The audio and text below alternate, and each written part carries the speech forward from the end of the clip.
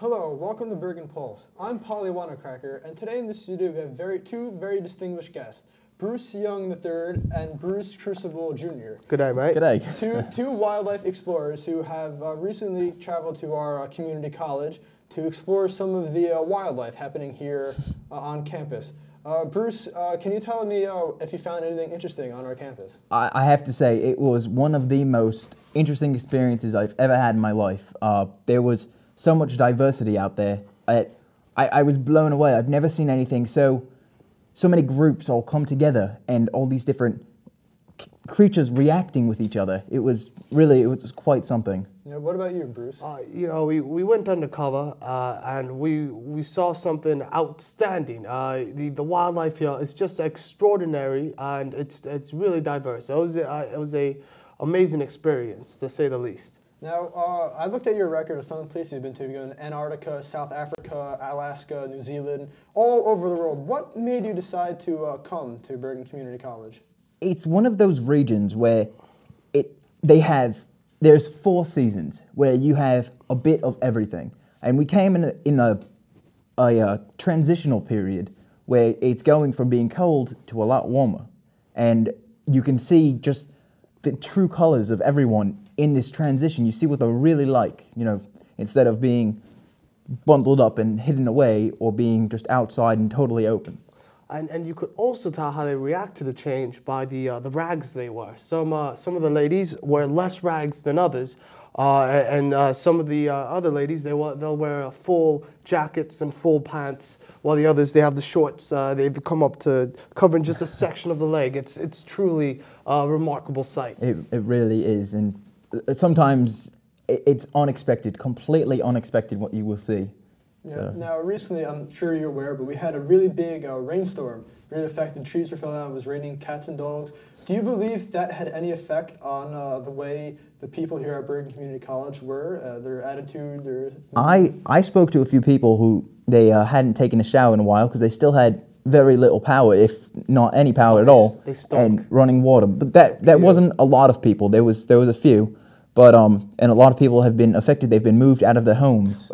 Speaking of which, we actually saw one of these young ladies sleeping in her automobile. She had linens, she had pillows, the whole nine. It was truly outstanding how she's able to take her mode of transportation and turn that into her own natural habitat. Yeah, it was amazing. It was quite possibly because she wasn't sleeping in her, natural habitat. She had to find other, places to live. Really a fascinating find, I have to say. Now, is this the first community college which you've done a wildlife expedition of, or have you gone to any other colleges or anything else similar to this? This is the first college campus that I've, explored and walked around and seen the sights. I don't know about Bruce, but... Well, I've been all over the world. I've been to many different places, but this is the first time I've taken time to actually study a college campus, and it was, I said, outstanding. Yeah, we've worked together all over the world. We've traveled the globe together and found so many different things. Outstanding things. Outstanding, absolutely amazing. And this was a new one for both of us, and we've seen a lot, I have to say. I mean, how often do you find a situation where on one side you have a group of pandas, and on the other side you have a group of gorillas? It's truly a once-in-a-lifetime opportunity. And we saw where these animals they ate, well, they got their nutrients, and we saw where they studied. It was truly outstanding. Absolutely. Now, sorry. Now, when you say pandas and gorillas, do you actually mean real pandas and gorillas? I'm confused. I'm, from this college. I thought there's only human beings here. Would you elaborate on what you described as pandas and gorillas? I'll leave that one to Bruce. He has more technical explanations for it. Well, basically, on one side of the world, you'll find pandas, and usually these pandas are located in the Asian continent of Asia, Yeah. And then you have these gorillas. The gorillas, usually you find them in Africa. What I was doing was giving you a metaphor, saying that you'll never see a situation where there's a panda and a gorilla. And that's kind of what we saw. We saw people from all over the world, from different latitudes and longitudes, and come together into this one building. And It's a melting pot of different diversities. And it was truly outstanding. Amazing. It is just outstanding. Now, Bruce, I have a bit of a personal question for you. Bruce? Bruce Crucible, Mr. Yes. Dr. Crucible. I was just curious, have you ever spent any time in a mental facility? Oh, there was time I was doing an expedition at a path mark. Now, this is actually the path market. What is this agricultural landscape where they sell all sorts of fruits and vegetables and little plastic toys. And at the time, I'd rushed out of my house. I wasn't not wearing any pants.